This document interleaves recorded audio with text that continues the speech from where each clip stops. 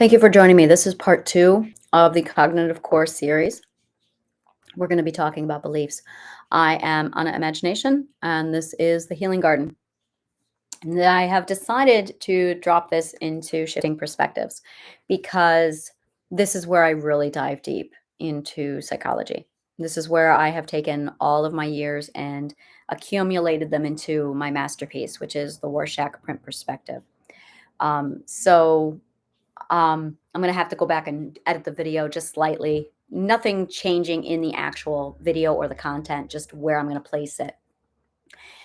Because I realized that this is it. This is about as hardcore psychology as I get. And when I talk to people about this, I have witnessed the perspective shift occur. And that really screams at me that this needs to belong in my podcast, Shifting Perspectives, because this is where the magic happens. This is it. So, in this series, I talk a lot on the basically what the cognitive core is, how it's located inside of your identity. You have your id, your identity, and the identity is made up of three parts, and that is your voice, your name, and your cognitive core. Here in these videos, I am breaking down the cognitive core itself and going over the five elements. The five elements of the cognitive core are your ethics or your priorities, as we last learned in the video, your beliefs, which is this video. And then coming up later, we're going to talk about your actions or behavior and your voice. When these four elements are combined, they form your perspective. These five elements make up a part of your identity and your id. Once you understand how these work, and then you pull in your name and you pull in your voice, you're going to see how all of this comes together to solidify your identity. So I talk so much about this that one of the things that I keep saying over and over again, it's been like 8 months, and I keep saying, I really need to do videos on just what an ethic is, what a belief is, what, each element. So these are finally those videos where I'm going to go through each one of them and I'm going to break them down for you because this is where the juice happens. This is where the magic happens. This is it. This is it right here. So today we are talking about beliefs. Of your entire cognitive core, beliefs are the heart of the processing and the cognitive core. So we're going to go over two parts to the cognitive core. You know about the five elements now. So this is what happens. You go about your life day to day and you are given information and data. This information can come from conversation. It can come from the news. It can come from events. It can come from personal news. Hey, your grandmother passed away. This is all data or information that you need to enter into your belief system. And so begins the ability to process the data, to alter the perspective into a position that properly reflects your new reality. I talked in the last video about how reality and truth are all opinions. And I'm not going to get into that again. If you're watching this video, you really need to have watched the first one where I really dive down into why these are opinions. I'm not going to break down again here further. So that being said, when you get a belief into your system, your whole life is basically belief comes in and the belief acts like a rudder on your perspective and on how you perceive reality. So a belief will literally alter and steer your ship of a perspective into whichever way it goes. You're going to see me doing this a lot in my videos because I talk a lot about you have a new belief that comes in and then you have to adjust your perspective and it's constantly shifting and it's constantly moving and you're constantly adjusting your perspective. Sometimes it's a little bit, sometimes it's a couple degrees, sometimes it's a massive amount. And it's when we get a belief that is so drastic, so severe, so unwanted, or so toxic that the shift occurs this way. And you're on the ship, and that ship is gonna jerk, and your whole system is completely thrown off. That's where you run into grief. That's where you run into problems with your cognitive core processing. That's where a lot of issues come from. Now, what this means for you when someone abuses you, this is where it gets fun. There's two types of abuse. There is innocent abuse and there is malicious abuse. It doesn't matter which one it is. There's a lot of people out there who think that all abuse is malicious.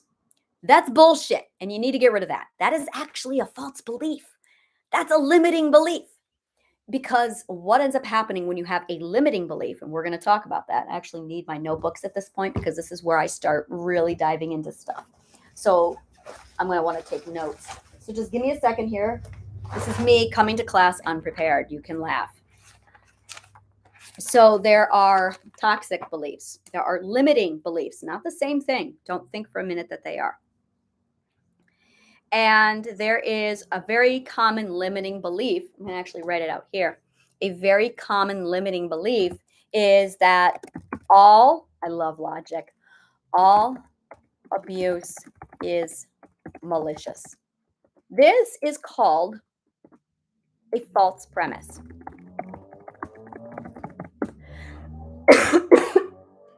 In the world of philosophy and formal argument and debate, that's a false premise. All abuse is malicious. Wrong. Abuse can be innocent, unintentional, or it can be malicious. We're going to use this one a lot because this is a limiting belief. And the reason why it's limiting is because it prevents your perspective from adjusting. And as a result, your perspective is not going to budge.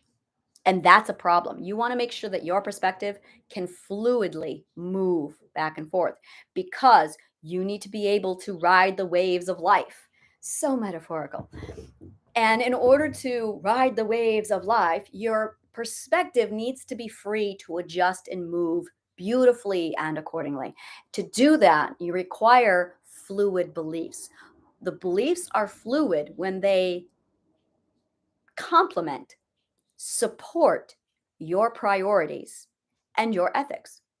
Okay. So we talked about this in the last video. You have your ethics, which is your priority, which is this is your solid. This is who you are. This is your ship. This is you, is your ethics, what you prioritize, what you love.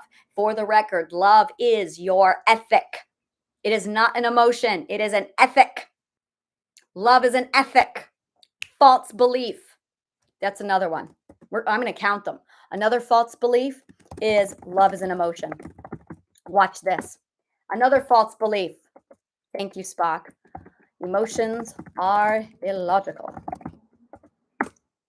False belief. That's called a societal gaslight, and it's bull fucking shit. Emotions are not illogical. I'm sorry, Spock. Emotions are highly logical. Emotions are very logical, and I can fucking prove it. Emotions are logical because they produce out of your cognitive core processing by your subconscious mind to communicate to the conscious mind that something is wrong in your cognitive processing. It is a communicative system. Emotions are, and a communicative system that tells you what is going on with your cognitive health. They're highly logical, very logical. Emotions are temporary because the cognitive core is temporary. In fact, if emotions stick around long, there's a problem. That's a red flag emotion. That is a red flag. If you have an emotion that sticks around longer than for a prolonged period of time, you really need to stop and go, whoa, what's going on with my cognitive core, man? Something's happening upstairs. But we aren't taught to think that way. We aren't taught to do that. So the purpose of these videos, the purpose of the Healing Garden, is to put your conscious mind on the same playing field as your subconscious mind. Because right now your conscious mind is in the dark. Your conscious mind has been in the dark in a while. According to the CDC and in NIM, the National Institute of Mental Health, 95% of your life choices are dictated by your subconscious mind.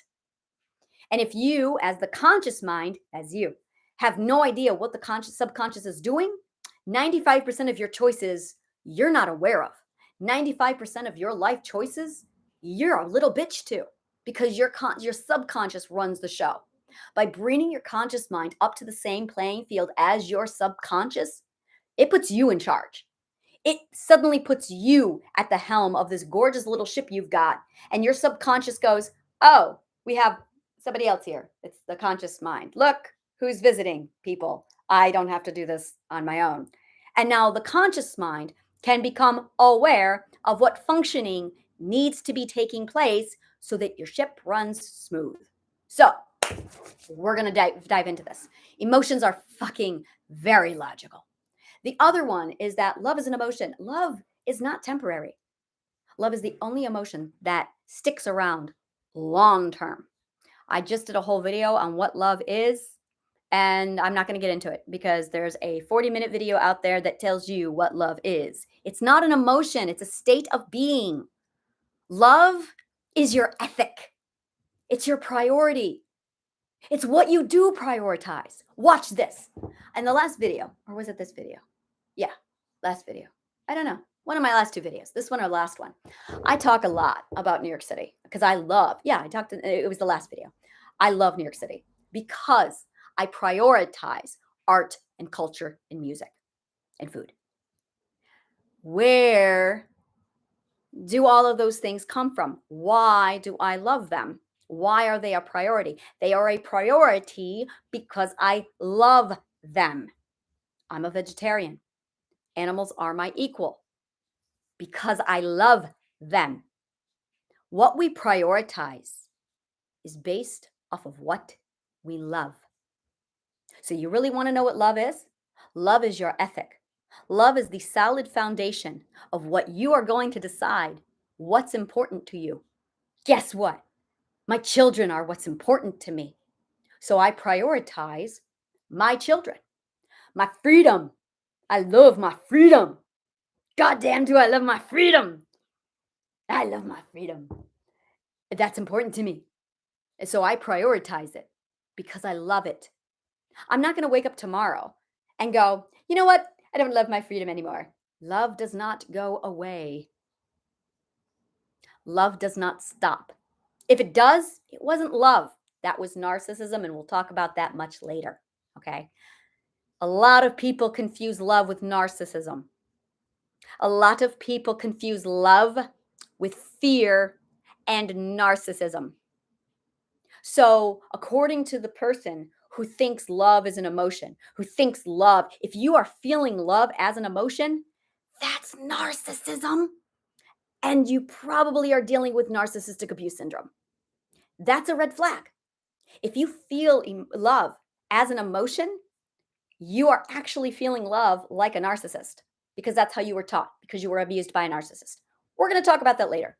So your ethics are solely based off of what you love because it's what you prioritize. I love freedom. I love education. I love books. Therefore, I prioritize them. Love fuels your ethics. So your beliefs are now sitting here. This is where your beliefs are. And I have 3 examples here. All abuse is malicious. Love as an emotion, and emotions are logical, illogical. Those are 3 false, misleading, or limiting, toxic beliefs. Now, what that ends up doing is when you get something like all abuse is malicious, well, your mother abused you. No, she didn't. She was a good woman. Whoa, whoa, whoa, whoa, whoa, whoa, whoa. Did you cry and she ignored it? I was at the bus station on Sunday, and this family was sitting there, and their toddler, 2 years old, wanted something inside the suitcase. She sat there at the bus station screaming for 40 minutes. They didn't even look at her. They ignored her. Now, psychologist, I broke that shit down fast. I went, interesting. They're ignoring her, thinking that the tantrum is going to go away. In fact, the tantrum was her identity. It was just her id saying, this is what I want. I have a need. I have a want. Instead of validating her, they stonewalled her. Instead of validating her, they gave her the silent treatment. Let's talk about the silent treatment. The silent treatment was actually invented as a torture system in a French prison in the 1800s, where the prison wardens would actually strip the name and the identity completely away from the prisoners to the point where they were denied their name and their voice. Hello, les miserables, Jean Valjean's 24601. Not even a name was allowed. It's a form of torture where you are invalidated. In addition to this, they gave you the silent treatment. It is so cruel, get this, that the Geneva Convention actually considers it cruel and unusual punishment, and it's banned from use. And these parents were using it on their daughter.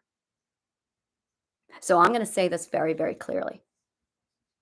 Did they mean it? No. Was it malicious? No. Abuse is ignorance. Abuse is ignorance. Abuse can be malicious, and abuse can be innocent. Doesn't matter. They abused her. They're not bad people. They're stupid people. They're ignorant people. They just didn't know. So there's this massive defensive mechanism inside of us when we attack or somebody attacks our parents. And I have a lot to say on the silent treatment. Like I have a lot to say on the silent treatment. That being said, we have this false belief inside of our system that says all abuse is malicious.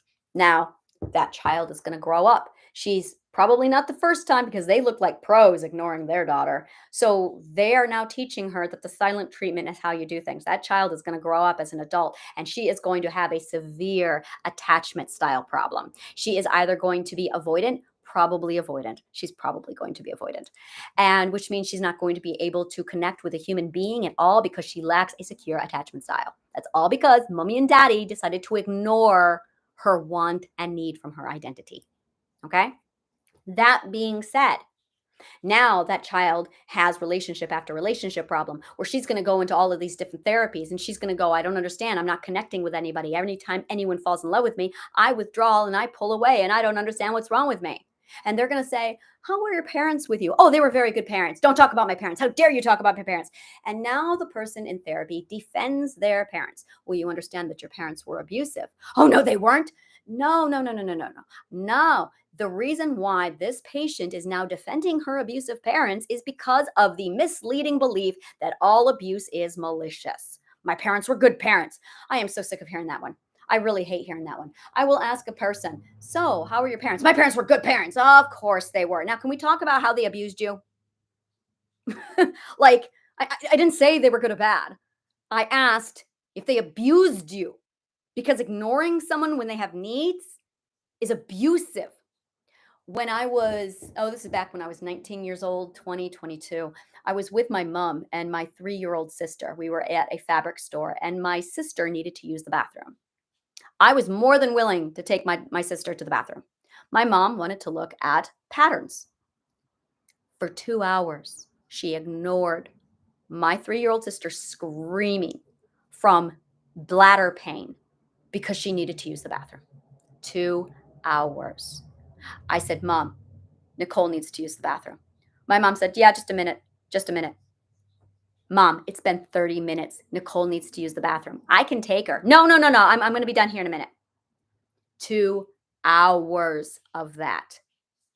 I got to a point after 2 hours. I said, I don't care. I grabbed my sister and I started walking her to the bathroom. My mother threw down the pattern and said, fine, let's go. My mother is a beautiful, loving, good woman. And sometimes she does not know what she's doing. She's gotten a lot better. She's a lot more aware. She had a lot of abuse. I will be the first to tell you, she is a very good, warm-hearted, kind woman. And sometimes she was stupid. That 3-year-old is now a grandiose narcissist with some of the most complex mental disorders with schizophrenia that I have ever seen in my life. She is literally the most mentally ill person I have ever met.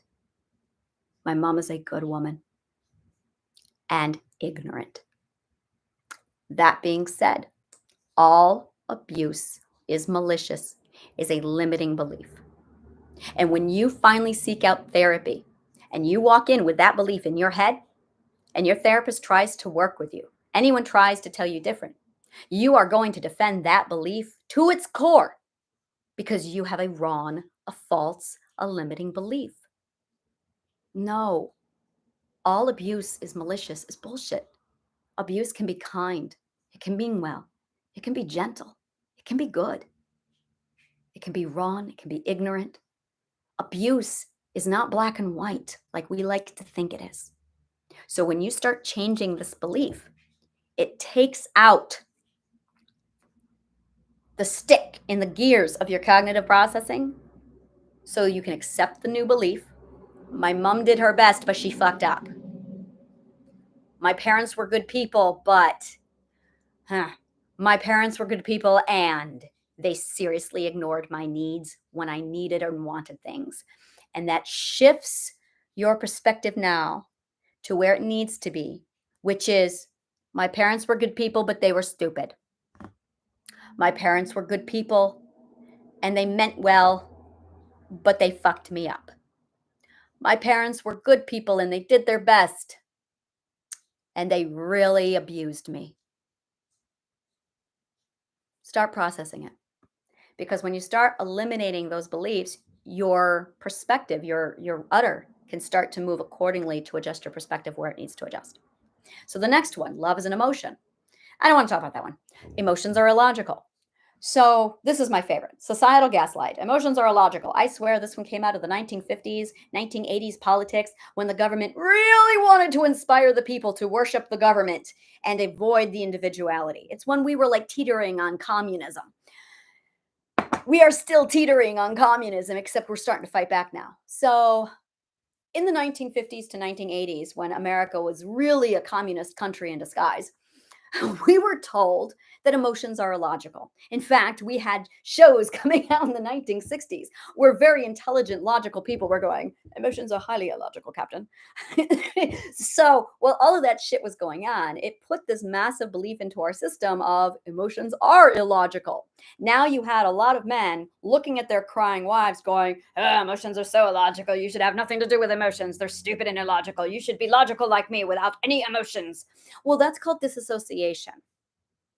And now you're promoting disassociation. Now you're promoting an entire concept of suppressing your emotions, the very thing that communicate from your subconscious to tell you, hey, you got a problem here in your processing system. We're being taught to suppress, throw them away, and completely disregard.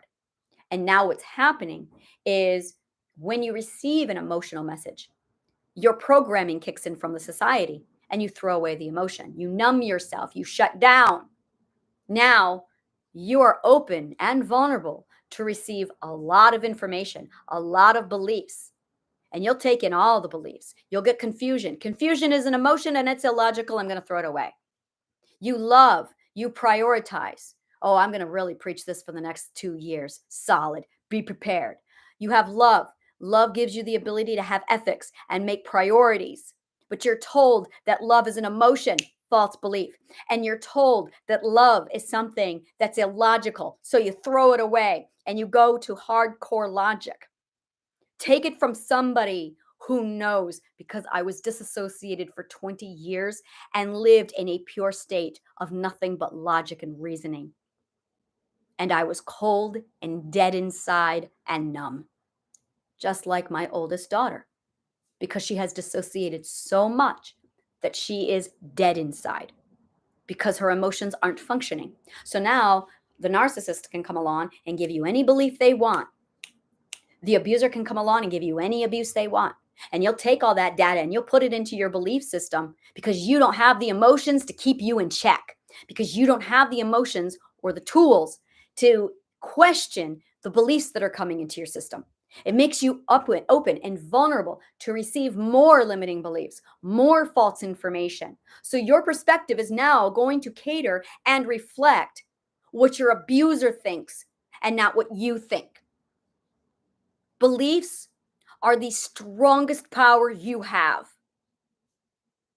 And it's really important that we identify the false beliefs and the limiting beliefs and the beliefs that don't belong to us, the beliefs that are based off of fear. Thank you, Jerry. Beliefs. Oh my God. Oh my God. Jerry and the neighbor kid love giving you beliefs. If you have a belief that is based out of fear or guilt, they're not yours. Jerry gives you a lot of beliefs. One of my beliefs, this is personal, is no one chooses me. This is a belief I have had my whole life. I still have it. No one chooses me. This is why I'm single. No one chooses me. Even the love of my life, he doesn't choose me. No one chooses me. Now, I'm going to tell you right now, this is Jerry talking. This is my fear system talking. This is my fear system giving me a belief based off of what I have seen my whole life that no one chooses me.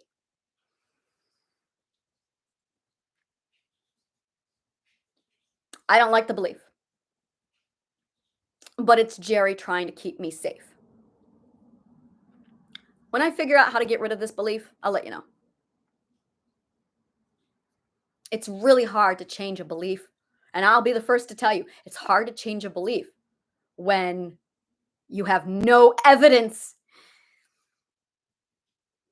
that supports it in the contrary. It's really funny. Whenever I feel an emotion, I analyze it. Oh, look, there's sadness, there's grief. It's because of loss. It's because you have a limiting belief, which is that no one chooses you. And as a result, it gives you grief and sorrow, and you get all the way up to the processing. And so you're at that point where you start to count all of your losses, and you know that you will never, ever have anyone because no one chooses you. I know the theory and I know the logic, and I have no evidence whatsoever to contradict this belief, which is why I haven't been able to get rid of it. I will figure that out. I'm still working on it.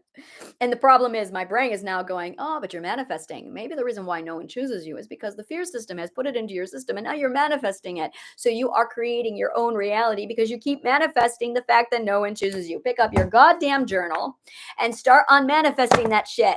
People do choose you all the time. Find the evidence. Find the evidence. That is what I need to do. I need to look for the evidence to disprove my theory. That is your homework. If you have a limiting belief that you cannot get rid of, stop manifesting that shit. I talk about manifestation later in other videos. Manifestation is fun. So maybe that is the approach to limiting beliefs that lack evidence, is the reason why I feel like no one chooses me, is because I look for evidence that supports the limiting belief that no one chooses me. So I need to really turn that manifestation around and start putting it in my journal. So that's my own personal limiting belief. Finding them. One of my biggest challenges that I have is the question, how do you know when you have a limiting belief? Big question. And I have been racking my brain for a very long time over this one. How do you know when a belief is limiting? And to be honest with you, I'm still trying to figure this out. So as I find it, I will definitely, it's going to go into Psych Soup where I do my research. And when I find it, I'm going to like completely, oh, I got it. I got this figured out. I'm going to amend this video. And I know it's there. I know it's there. I know it's something. How do you know if a belief is limiting? Well, first of all, I know that one is limiting because it comes from my fear. It's not me. It comes from Jerry. Jerry's an asshole.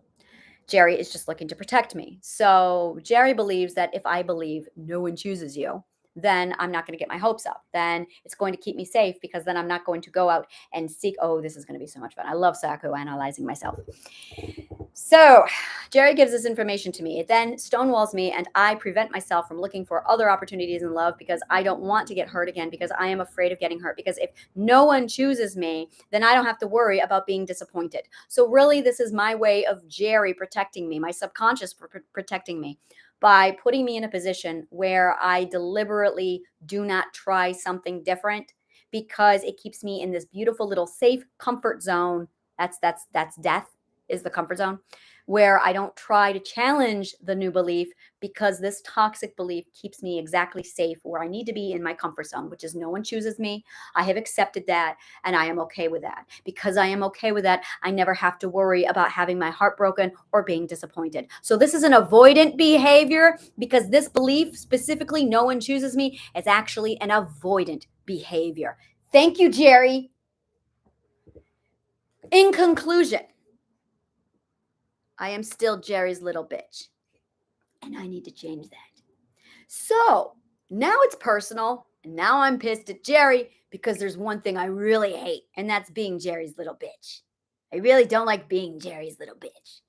So I'm going to be working on that limiting belief by using manifestation and looking for supporting evidence that contradicts Jerry because Jerry's an asshole. So when you have a belief that comes from the Jerry or that comes from the neighborhood who's in your fridge eating your food, that's your guilt third party person telling you what things should be. They're not yours. You know, it's an actual belief, your belief, when it aligns with your ethics. There it is. That's why I do these videos. Because your ethics and what you love is the foundation. If it doesn't match your love, your priorities, and your ethics, love, ethics, priority, then it isn't you. Your identity is what you love, what you prioritize, what you value. That is you. So take every belief that you've been told. Take everything that comes into your system and ask yourself, does it nurture this? Does it enforce this? Because if it doesn't, it's not you. It's fear. It's your mommy and your daddy talking. It's your abusive spouse who you don't want to disappoint. And yeah, that's if you have new data coming in. Now, what happens if you have old data that's buried so deep? Oh, that's fun. That's where you use emotions because they're logical to determine how you're feeling inside. This is what I love. This is the part of psych that I really love. So, if you feel confused the majority of the time, if you use the phrase, I don't know how I feel, I don't know, you have a limiting belief. And the best way to dig that out is by sitting down, looking at your belief system, and asking yourself hard questions. This is where the shadow work comes in. Why don't you believe it? Why don't you know? Oh, you know, you're avoiding. The words I don't know is an avoidant tactic where the Jerry goes, don't look at what I'm doing. That's all it is. The words I don't know is Jerry putting his hand on your eyes going, don't look at what I'm doing. Don't look at what I'm doing. That's it. It's like, I think of everything I've written, everything I've said, everything I've analyzed. This is my favorite. It's Jerry with the I don't know is Jerry going, don't look at what I'm doing. I don't want you to see what I'm doing. Jerry does not want you to figure him out because when Jerry is figured out, you can stop Jerry. And Jerry wants to protect you because he's in charge of the fear system. So when you come along and you go, I don't know what I want, that's Jerry going, see, I don't want you to look at me. Shh. There is no man behind the curtain. That's Jerry. Absolutely. The words I don't know. And anytime you use the words I don't know, that is a red flag emotion. I don't know is the red flag emotion where the Jerry steps in and goes, there is no man behind the curtain. Keep moving, people. You don't see me. That is Jerry. But there's other emotions. There's confusion. There's frustration. These are emotions that you feel that when they're there, it tells you there's something wrong. That constant unsettling right here in your gut that tells you something's wrong. Something just doesn't feel good. When you wake up in the morning, do you have this heavy weight right here on your chest? If you do, that is your ethics communicating to you, hey, you have a problem with your beliefs. And then it's going to be the shadow work of there's a big shadow right here in my chest. I feel this black knot of just pain and discomfort. Discomfort is the primary emotion. Think about this. You have discomfort and you have confusion, which is uncomfortable. Confusion is uncomfortable. I love doing this. Frustration is uncomfortable. I don't know is uncomfortable. If you don't feel comfortable in your emotions, it's because you have limiting beliefs. That's it. You're not supposed to feel confusion all the time. You're not supposed to feel any emotion longer than a few hours. So if you feel a bad or a negative emotion, if you feel any emotion, not love, longer than a few hours, that should be a red flag to you, telling you that you have toxic beliefs, that there is something inside of your core, your cognitive core, that contradicts your ethics, your love, your priority, your ethics. And you have a belief there. My favorite belief. Not mine, not anymore. I got rid of mine. I'm not worth it. I'm not worth it. I can't. I'm stupid. These are all limiting beliefs from third parties and abusers who put them inside of your brain, and it contradicts your ethics. Now, I am huge on self love and self care.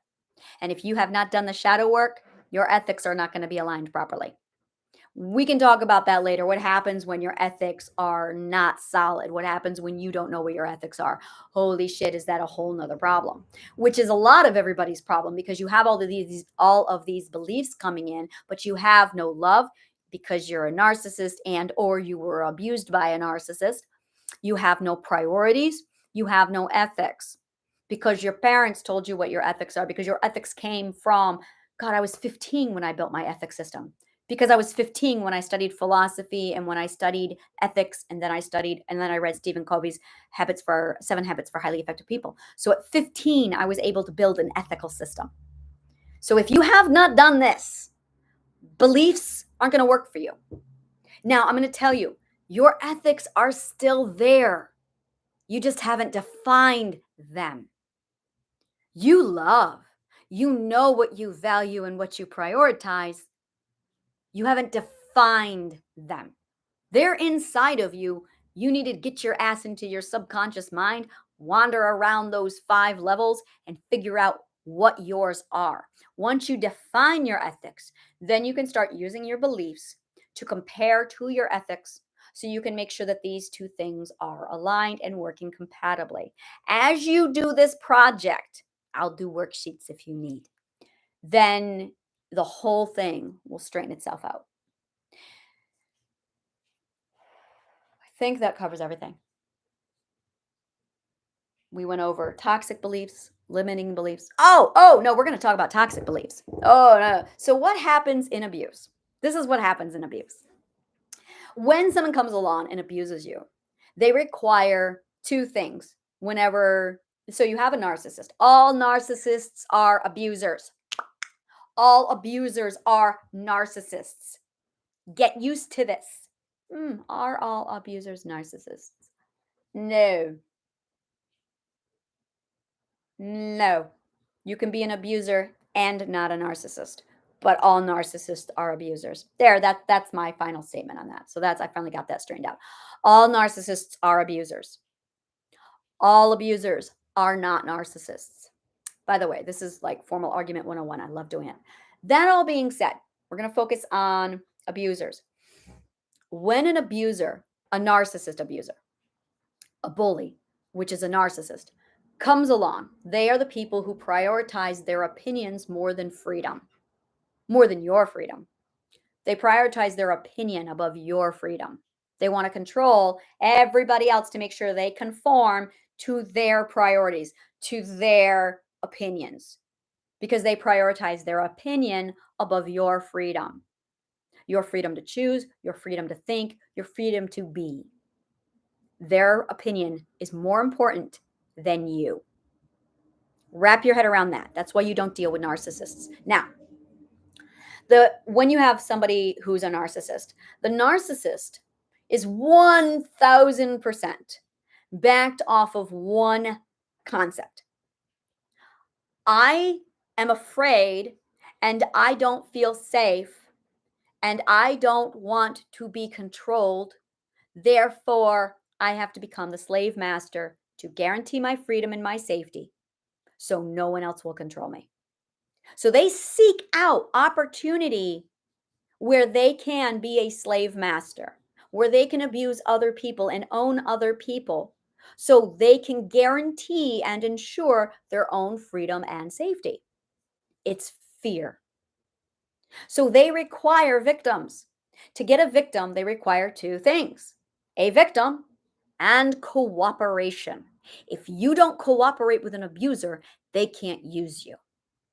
A narcissist and an abuser will select anybody who they think will cooperate.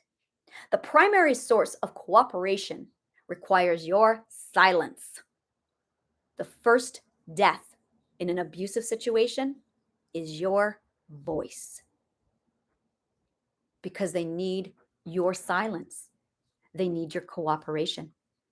The best way to take your cooperation, to get your cooperation, and to take your voice from you is to take a belief, put it into your system, and hijack your perspective so you can't figure out what's going on. They deliberately put you in a situation where you're confused. So they put a belief into you. You get confused. You can't form a perspective. The bully, the narcissist, now acting like a hero, steps in and says, "Oh, you're confused. Here, I'll take care of this for you. I can be a good guy. Let me take care of it for you." Now you have trust. Now you are beginning to trust a bully narcissist because they're being kind and nice to you. This is nice, not good. See the difference? So you trust nice because we are programmed, thanks, mom and dad, to trust nice. So we have confusion that they put in us because they contradicted us. They hijack our subconscious mind. Our subconscious mind says, "We're confused. Hold a minute. The cognitive core is not making sense. I don't know what's going on. Oh, look, that guy seems to know what's going on and he's paying the bill for us. This guy's nice. This is the guy we need to follow because I'm not functioning right now." The subconscious mind is very simple: adamant, protective, fierce, and simple. So the abuser comes in, pays the bill, treats you nice, not good, nice, takes care of everything for you, and then you gain the trust. They keep feeding you cooperation, or you keep feeding them cooperation. They keep feeding you beliefs to gain your cooperation. You aren't quite sure what's going on. You think, "Oh, this guy's nice. He paid the bill. Okay, he's nice."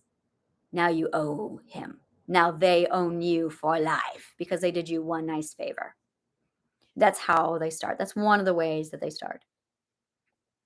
This is why narcissists start out so nice. They are wolves dressed as sheep's clothing.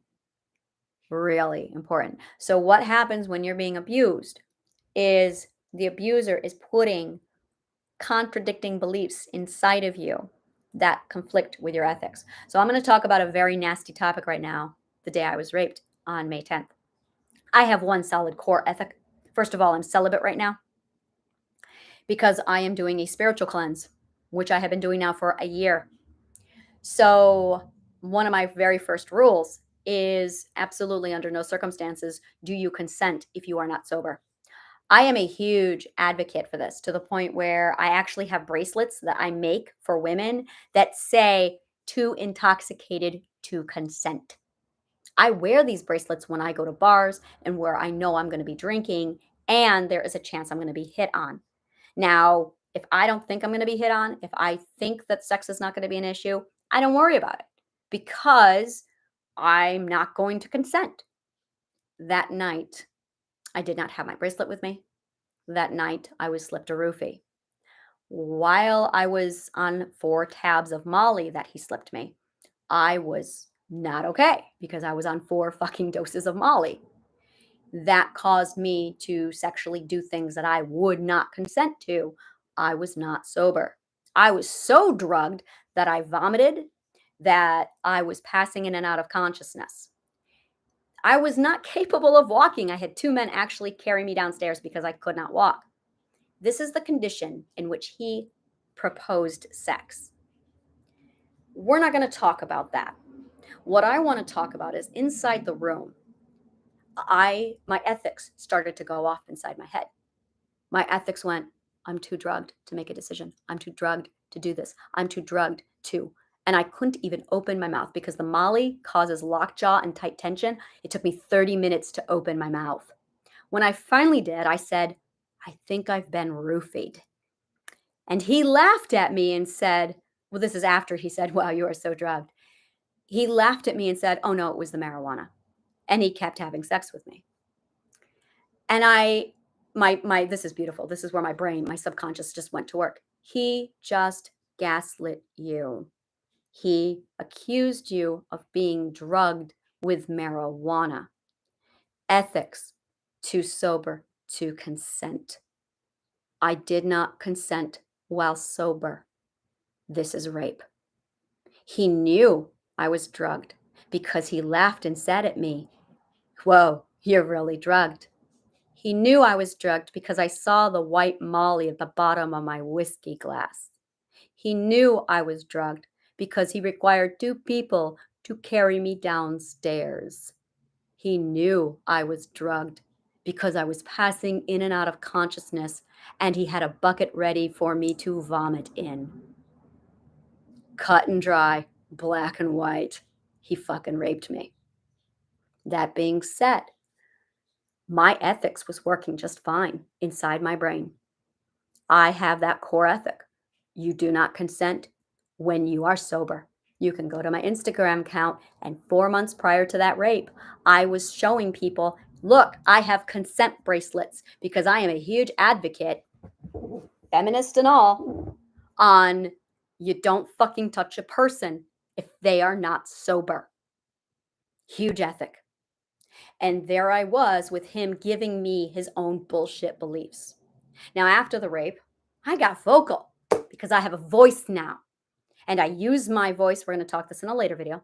I'm going to use my voice to support my ethic and my belief that he proposed, that he pursued sexual activity while I was intoxicated to the point where I was unconscious and vomiting for most of it. That all being said, my belief system, he attacked it when he gaslit me and said, oh no, you didn't get a roofie. He attacked me verbally with his belief system. And I could feel my conscious mind, my subconscious mind starting to go, oh, you're confused. Now there was so much confusion. When he contradicted me, I felt the confusion. But I have 28 degrees in psych and I knew exactly what was going on with my cognitive core. I felt the confusion and I was able to go, there's the confusion. The confusion is there because he gaslit me, because there is a contradicting belief in my system right now because he just gave me a new belief that contradicts my ethics and my beliefs that under no circumstances do you propose sex or pursue sexual activity with somebody who is not sober, and he knew I was not sober. Therefore, I had confusion. The confusion was my subconscious mind telling me consciously, hey, somebody's fucking with your system. Somebody is fucking with your cognitive core because you are confused and you are not able to make a perspective at this time. I then had to sit down. This is him hijacking my subconscious, by the way. I knew this. I then had to enter dialectical behavioral therapy with my subconscious mind. Thank you, Jerry. And I had to sit there and argue with Jerry and my subconscious mind, explaining to them why and how my ethics and my beliefs were being violated. It took me a week of knowing this shit to get my subconscious mind to come back over and go, yes, based out of that deductive reasoning and logic, absolutely you were raped because you were not sober and he knew it. Bottom line. I was not sober and he knew it. He was having sex with me while I was unconscious. Okay, rape. So I then brought my subconscious back over. The confusion cleared up. My perspective was able to adjust accordingly with my beliefs, and everything's all flowing. And this is why I was able to recover from the rape as quickly as I did, because it was completely dependent upon the flow and the structure of the processing of the cognitive core. That is what everyone needs to master. Because when you have an abuser who comes in, and abusers are always going to come in. Yesterday or 2 days ago, when my stepfather came in and he threw the pizza down, he started telling me his beliefs. You need to eat meat. My ethics and my beliefs said, no, those are my people. That chicken is my people. You don't whistle to me like a dog, condition me to act like a dog and think like a dog, and then expect me to eat my brothers. Can't have it both ways. Because you've instilled an ethic inside of me that animals are my equal. I'm a vegetarian. It's that simple. Because you have the cognitive core that's functioning. So what happens when you're being abused? The abusers give you bullshit inside of your belief system that contradicts your ethics. Your ethics are your priorities based on your love, based on what you value. Love and value. Your priorities, your ethics. What do you love? What's important to you? What beliefs do you have that support your ethics? This is how you abuse-proof yourself. This is how you shadow walk. This is it.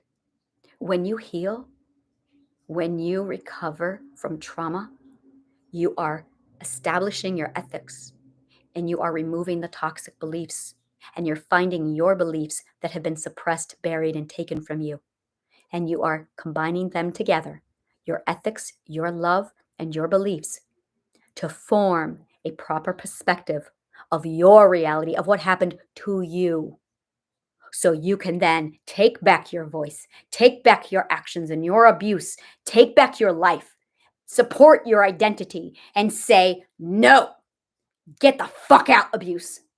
Get the fuck out with your toxic beliefs. This is my perspective, and it's going to reflect my life, my choices, my truth, my reality. And it adheres to no one except my priorities, my ethics, and my love. That is healing. That is what happens to us when we are abused. And that is what you need to learn so that you won't get abused again. And when you ignore this system, when you keep the toxic abuses or the toxic beliefs of your abusers inside of your system, guess what the consequence is? Mental illness. All of them. Every one of them. Every fucking one.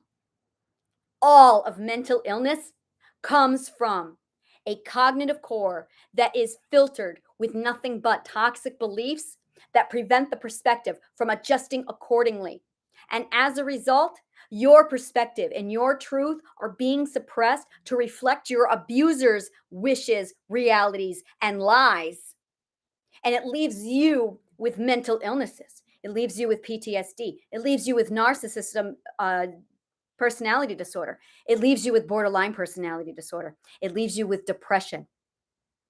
Every mental illness, multiple personality disorder, dissociative identity disorder, every mental illness is developed by the misalignment of your cognitive core because of the toxic abuse, toxic beliefs that have been supplanted inside of your cognitive core so that you cannot adjust your perspective accordingly to your ethics and your beliefs. Booyah. You fix this and you cure your mental illness. That's how I did it. I walked into therapy in 2015 and they told me borderline personality disorder and dissociative identity disorder have no cure. They told me I would have those diseases for the rest of my life. Bull fucking shit. No, I don't. Clean bill of health. Because I figured this shit out. The only thing you gotta do is be humble enough to learn. The only thing you've got to do is accept that love is not an emotion, that emotions are logical, that all abuse is not malicious. Once you get rid of these toxic beliefs, once you are humble enough to be open-minded, to realize that your beliefs have been tampered with by people you loved and trusted, then you can fix anything. You can rebuild and restore your mental health. You can be raped, and a week later, you'll have your life mostly back together again because you are the fucking goddess of your subconscious mind. It is pretty fucking awesome shit. It really is. I'm going to leave it here. This is a lot to process. I really recommend you keep this video and just rewatch it and rewatch it and rewatch it. This is how beliefs work. I'm not going to do any more videos. I'm going to take a break because this is a lot of mental work for me. I have about 15 minutes and then I have a meeting that I'm starting for something else. But that being said, I'm going to talk later. I'm probably going to be back in my tent because I have to then catch my bus and head back to New York City. Josh. So that being said, the next videos, we're going to talk about your actions and behavior and your voice. And that's going to be the tools you have to support, protect, and preserve and restore the damage done to your beliefs and your ethics. And so I have 3 more videos of this series left, but these 2 are really dire that they get out there. And yeah, this is my life work. This is what I'm really excited about. This is what I'm passionate about. This is what I live for. This is what I love. This is the Rorschach print perspective. It is the concept of understanding how the cognitive core works. That way you can adjust it accordingly to get the life that you want. This is extraordinary. I'm so glad you joined me. This is Anna Imagination. I am with the Healing Garden. If you want more information on this process, I have master classes where I structure people and I show them how this is done. I teach them how to do this. I have one-on-one consultations that I offer, and I also do courses that are broken down into certain parts of it so that you can focus on just self-care or you can focus on just shadow work. I do it all. And of course, I have my all-in-one encompassing masterclass goddess training. And I also have a digital mini course where you get all of the material, everything that explains how this is done and how you can pull this shit off to be a professional at shadow walking. This is how you shadow walk. It's extraordinary. It's wonderful. So thank you again so much for joining me. My name is Anna Imagination with the Healing Garden. All the links are below. If you want to take a look at what services you want to sign up for, design your journey at annashealinggarden.org. Thank you so much, and may the kindest of words always find you.